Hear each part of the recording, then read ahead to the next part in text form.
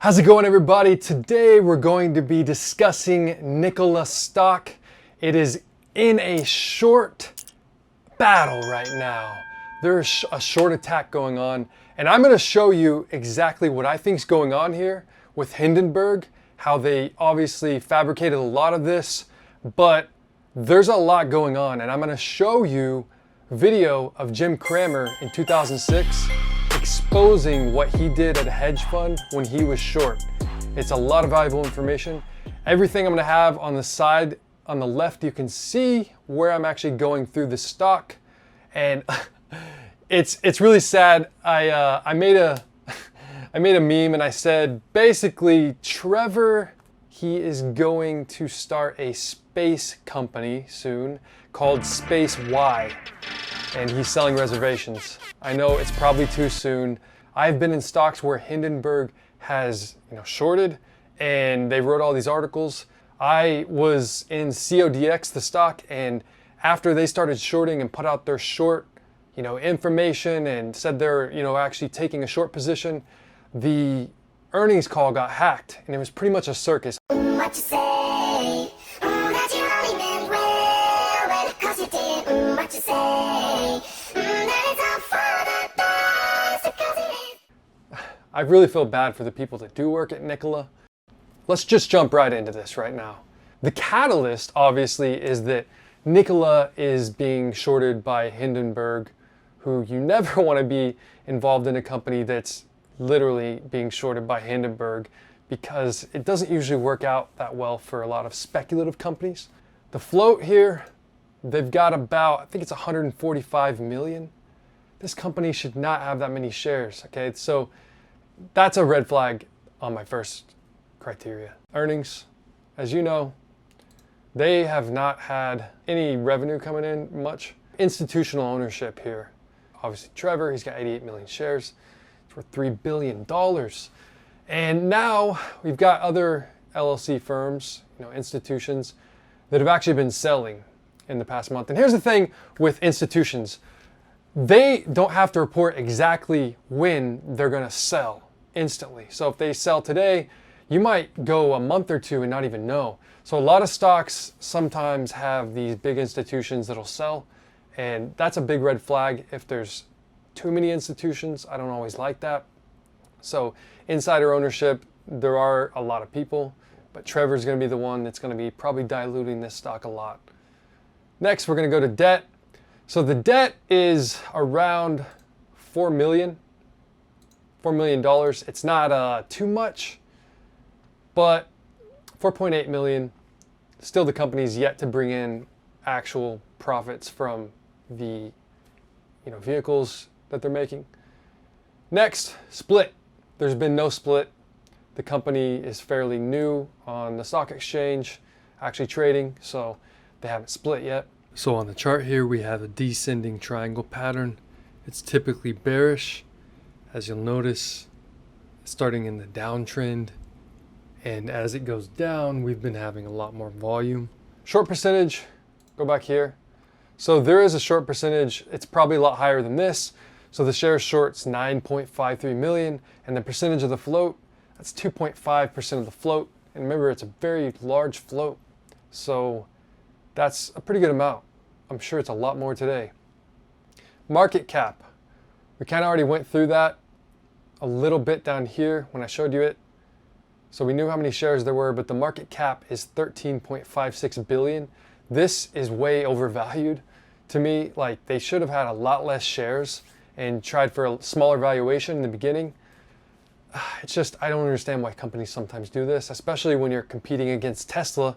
I mean, there are other electric companies out there, electric vehicle companies, that are a little more humble than how Trevor runs his business, which I think in the long run, I somehow think Trevor is trying to do the play where he can sell this company to Tesla, get bought out, and then jump on board the bandwagon of Tesla. This doesn't always work out. There was a company that tried to do this to Airbnb in Germany, and they were making pretty much the same thing, and they copied and pasted basically everything and created this company. Well, the The company ended up going bankrupt because Airbnb called them out and didn't even buy them out. So that's the risk that I think this company could have. Now, we're going to jump right into the 52-week high because we already did institutional ownership. So 52-week high, this company, I think it was $99 and then the low was $10. So right now, aftermarket, it's 32 bucks. So, or 31, sorry. 32 was during the market. I think this could go down pretty fast tomorrow. They're probably going to halt it again because of the investigations going on. Now, the website, I want to be a believer, okay? I'm all for clean energy. I like stocks that really want to change the world, but I think that it's too much show and not enough actual results, okay?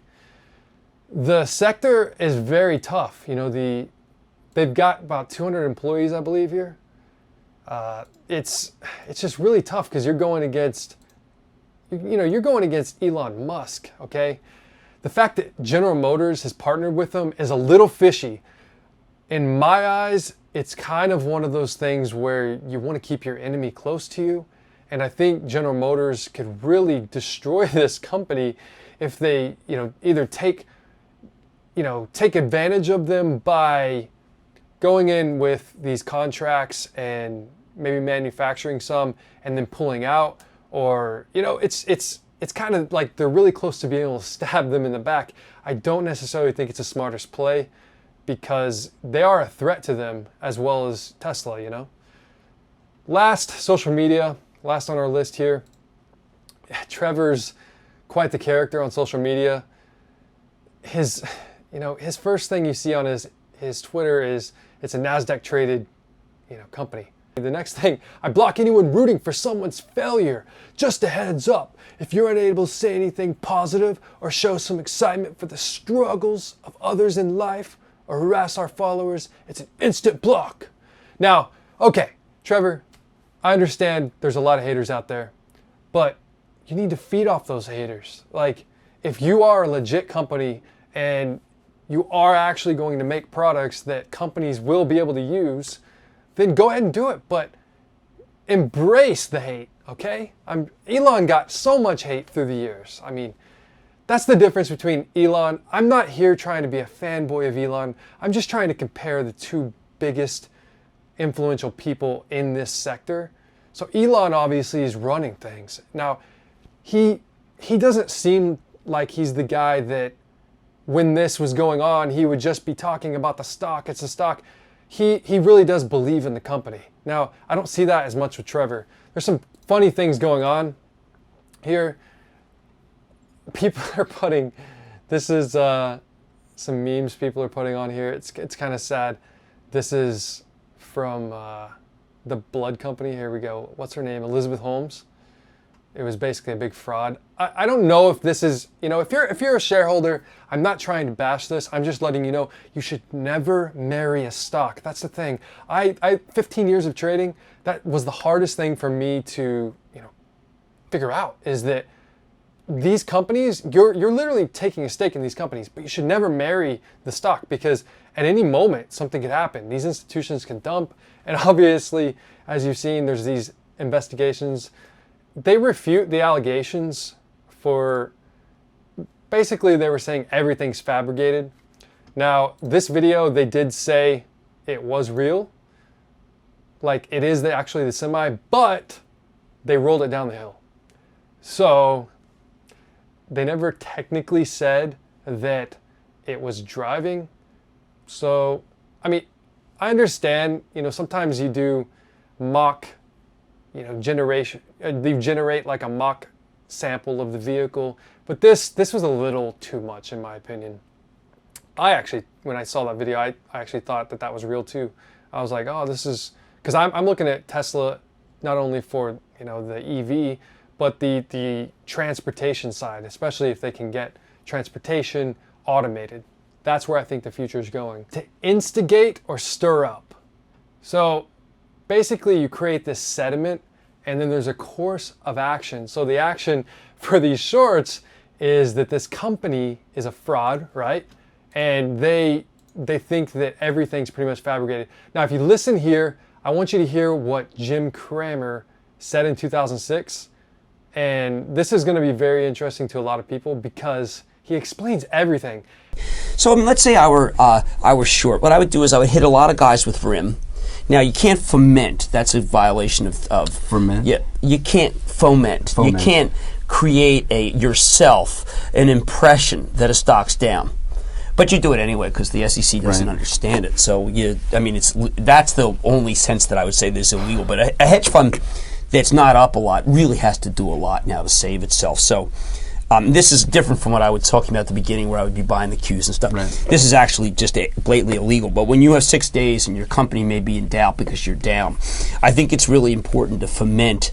If I were one of these guys, foment an impression that research in motion isn't any good because research in motion is the key today. So you would hit this guy and that guy, and when you would see an offering, when you see a guy who's bidding, you'd wipe out that guy very quickly. And what I used to do was called, if I wanted to go higher, I would take and bid. And if I wanted to go lower, I'd hit an offer. And I could get a stock like RIM for maybe, that might cost me 15, 20 million, Annie, to knock RIM down. But it would be fabulous because it would beleaguer all the moron longs who are also keying on research in motion. So we're seeing that. That's, again, when your company's in a survival mode, it's really important to defeat research in motion and get the Pisanis of the world and the people talking about it as if there's something wrong with RIM. Then you would call the journal and you get the bozo reporter on research in motion and you would feed that there's a Palm's got a killer it's going to give away. These are all the things you must do on a day like today. And if you're not doing it, maybe you shouldn't be in the game. Okay. Another stock that a lot of people are focused on right now seems to be Apple. Yeah, Apple's very important to spread the rumor that that both Verizon and AT&T have decided they don't like the phone. Right. That's a very easy one to do because it's also you want to spread the rumor that it's not going to be ready for Macworld. And this is very easy because the people who write about Apple want that story. And you can claim that it's credible because you spoke to someone at Apple because Apple isn't and it doesn't. Right, they're not going to comment. They're not going to say. So it's really an ideal short. And I would, again, if I were short Apple, I would be working very hard today to get that. And the way you would do that is you pick up the phone, you call 6 trading desks, and you say, listen, I just got off the phone with my contact at Verizon. And he has already said, listen, we're a Lucky G house. We're a Samsung house. We're a Motorola house. There's no room for Apple. They want too much. We're not going to let them in. We're not going to let them do what they did to music. And, I think that's a very effective way to keep a stock down. Right. I might also, by the way, because the stock at 84, 85, a little bit of capital, you go buy some January 80 puts that makes it look like there's going to be something going on. So maybe. Okay. So, as you can see, there's a lot of fraud going on. The SEC doesn't even know really what's going on. They don't even know what fomenting is. So, this, in my opinion, is what might be going on in some aspects with Hindenburg. Now, it doesn't negate the fact that there are some red flags, and I pointed a lot of those out already with Nikola. I think that the company has an opportunity to actually be an energy leader with the hydrogen. I do kind of like some of those things, but I think Tesla's probably going to destroy them. And the thing is, one of the other red flags is Trevor bought this massive $32 million, 2,000-acre home in Utah. Now, I do understand. I was homeless myself once. I do understand that he had some problems through his career, and he actually lost his house a couple times. And, so I understand you want to have a nice house. I probably would do the same thing. But not when you're starting this, this company. Not right now. Wait a little bit. If you are legit, wait a little bit. If you really want a value stock that's speculative, I would go with one that's not being shorted, by Hindenburg, that's not competing with Tesla. And not only is the stock's just way overpriced as it is, as you saw the market cap. And now if they're bringing in, a lot of revenue from other sources right now, I would say maybe. First up, guys, if you like this video, please hit the like and subscribe. You can also check out my Patreon. It's going to have a private Discord channel link if you subscribe. And that is the elite. You'll be able to see all my trades. You'll be able to see whenever I buy a stock. You'll see all my stock watch lists.